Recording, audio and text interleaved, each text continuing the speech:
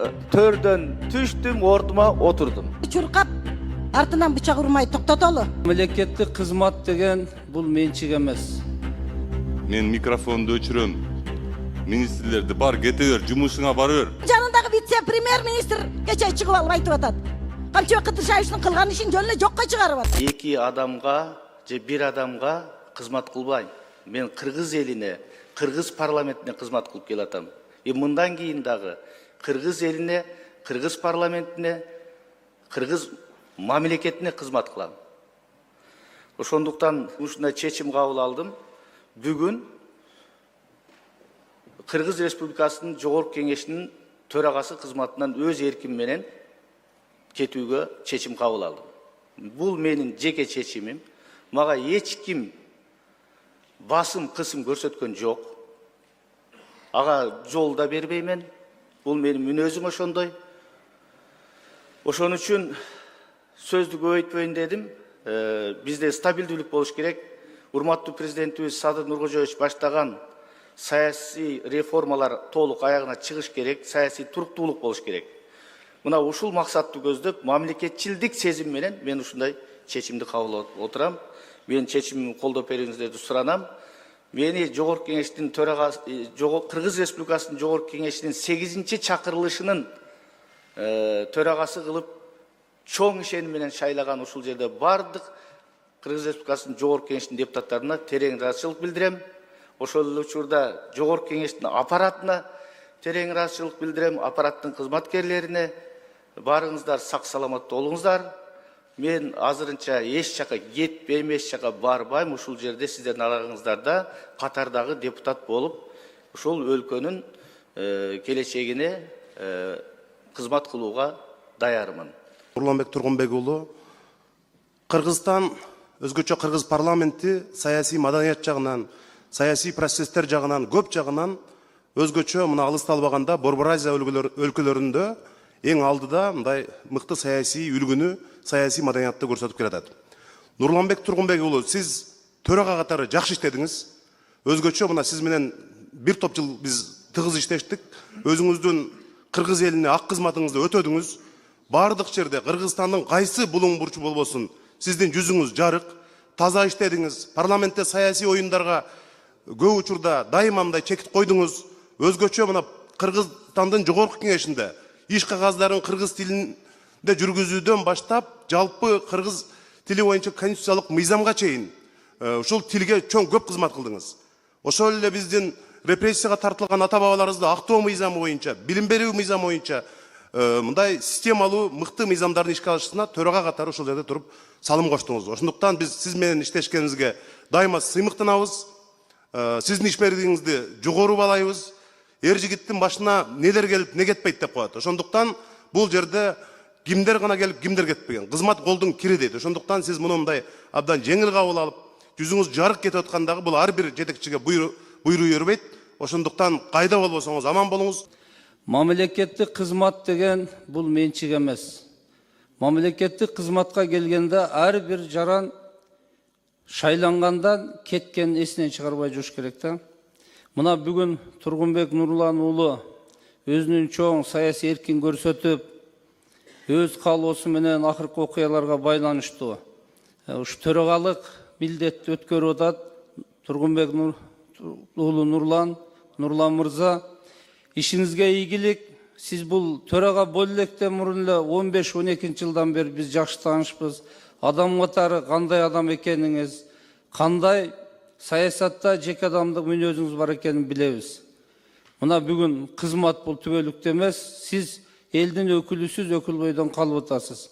Бул трагедия кылып көңүлгө албай турганда маселе. Албетте бул үч бийликтин бир бутагы, чоң саясий орган.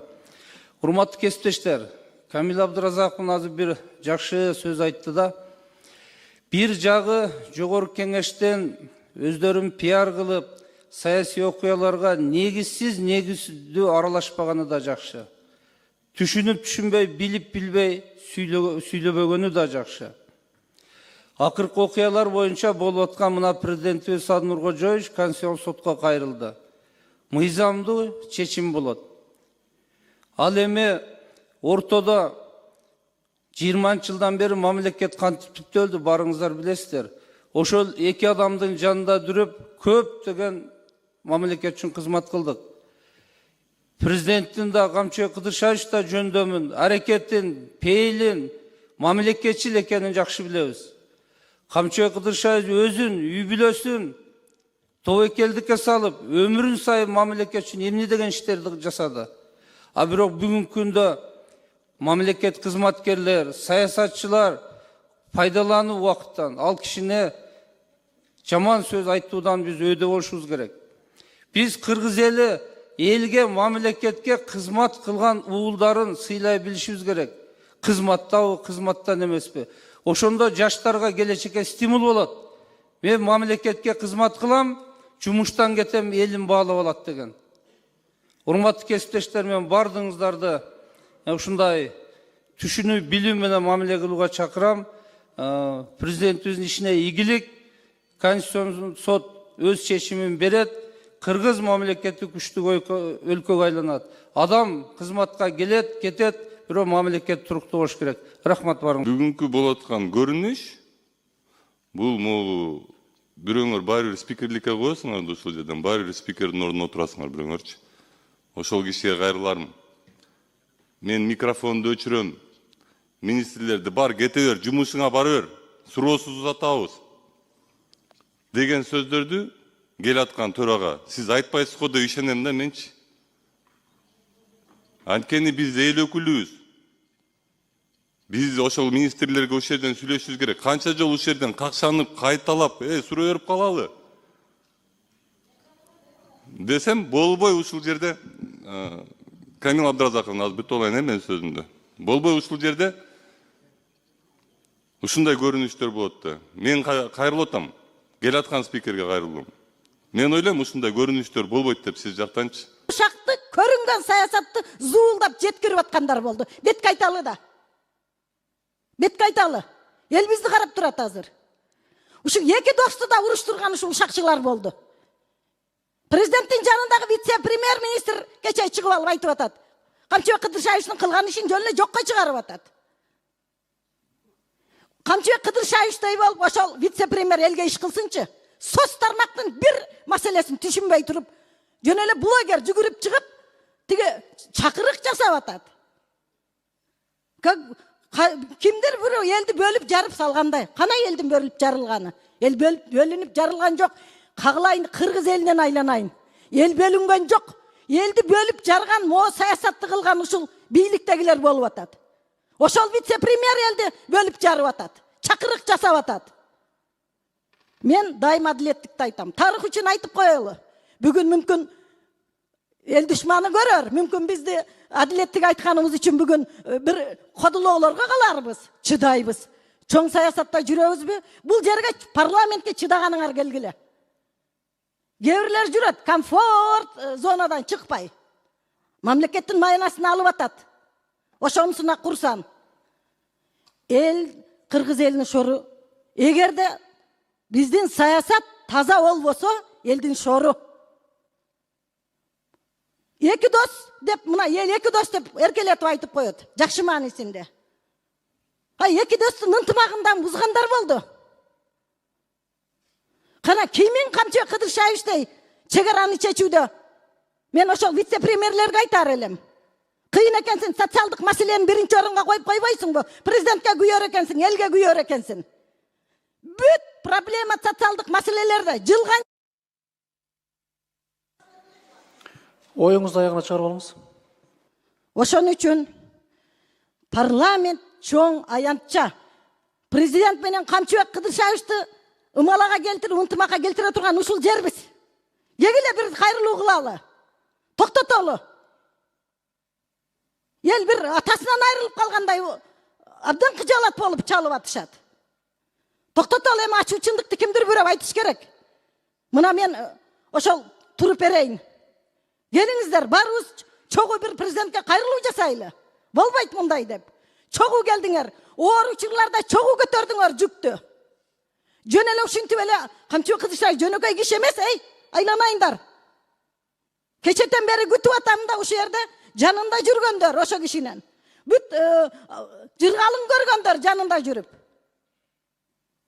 Bir gana Ümmetali çıktı. Rahmat Ümmetali'ga.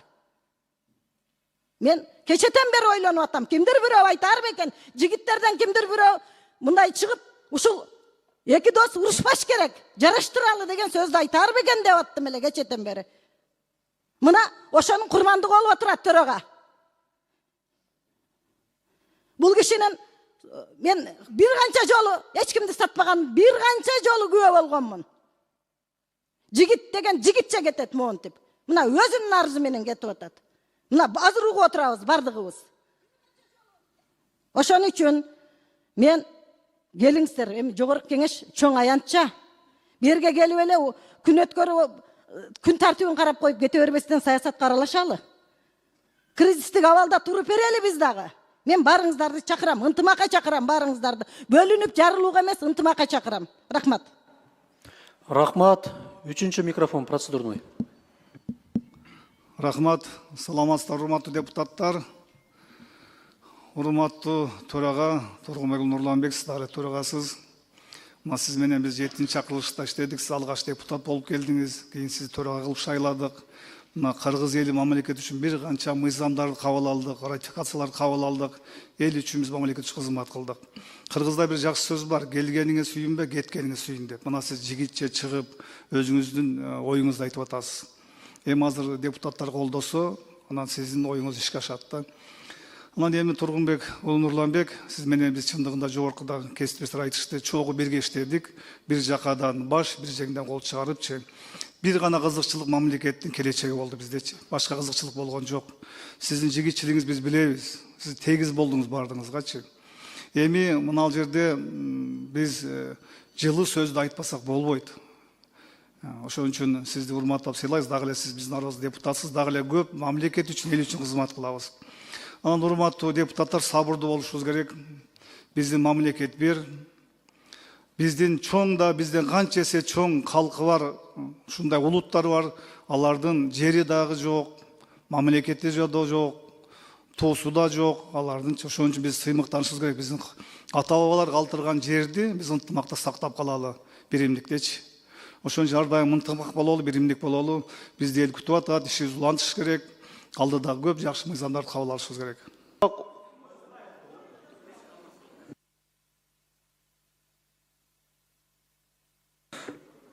Анда урматтуу депутаттар, менин арызым канаттандырылды деп эсептелинет, регламентке ылайык эске алынат.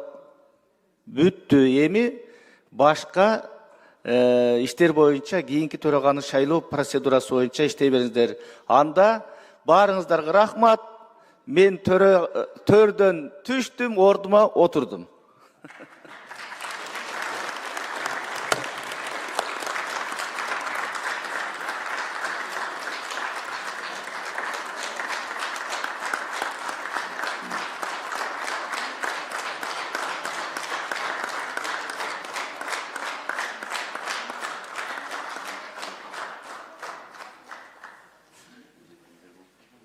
Биринчи процедурный.